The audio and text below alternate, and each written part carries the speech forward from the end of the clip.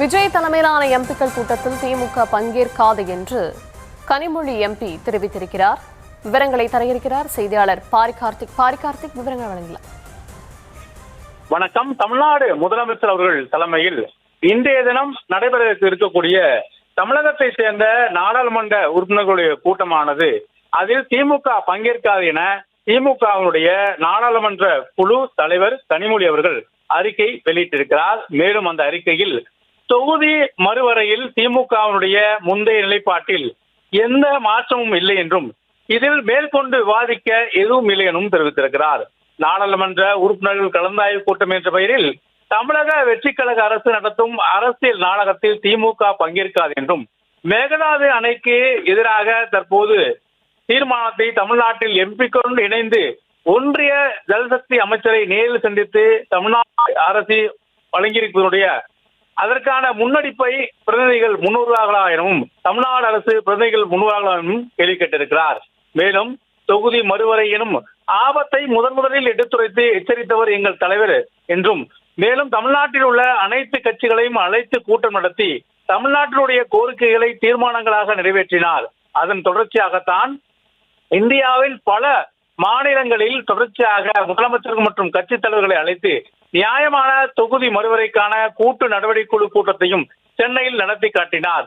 மேலும் தொடர்ச்சியாக இந்த முழக்கத்தை முன்னெடுத்து அனைத்து வடிவங்களிலும் சட்ட ரீதியாகவும் மக்கள் மன்றத்திலும் போராடினார் எங்கள் தலைவர் என்றும் தெரிவித்திருக்கிறார்.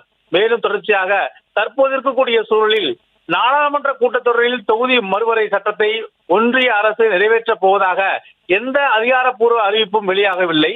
திருத்தப்பட்ட சட்ட முன்வரை குறித்து எந்த தகவலும் இல்லாத நிலையில் அது இன்னும் கையில் கிடைக்கப்பெறாத நிலையில் இதில் புதிதாக விவாதிக்கவும் எதுவும் இல்லை எனவும் மேலும் தமிழ்நாட்டினுடைய நிபந்தனைகளை ஏற்கனவே நடந்த அனைத்து கட்சி கூட்டத்தின் போது நிறைவேற்றப்பட்ட தீர்மானங்கள் வாயிலாக நாம் தெரிவித்திருக்கிறோம் என்றும் சுட்டிக்காட்டியிருக்கிறார்.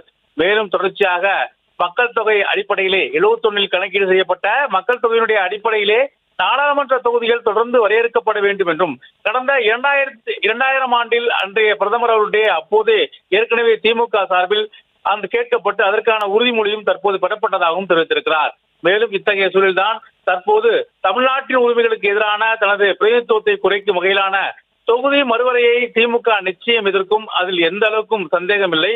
ஆனால் தற்போது தவேக அரசு கூட்டிருக்கக்கூடிய இந்த கூட்டத்தில் பங்கேற்க மாட்டோம் எனும் அதே போல காவிரி பிரச்சனைக்காக தமிழ்நாடு முழுவதும் போராட்டம் நடைபெற்றிருக்கும் நிலையில் மேகதாது அணை தொடர்பாக அனைத்து கட்சி கூட்டத்தை கூட்ட வேண்டும் என்று தமிழ்நாட்டில் இருக்கிற பல்வேறு கட்சிகளும் வலியுறுத்தும் நிலையில் அனைவரும் கேட்கும் இந்த அனைத்து கட்சி கூட்டத்தை நடத்தாமல் அது குறித்து எந்த ஒரு பதிலும் தராமல் தவேக அரசு மௌனம் காக்கிறது எனவும் குற்றம் சாட்டியிருக்கிறார்.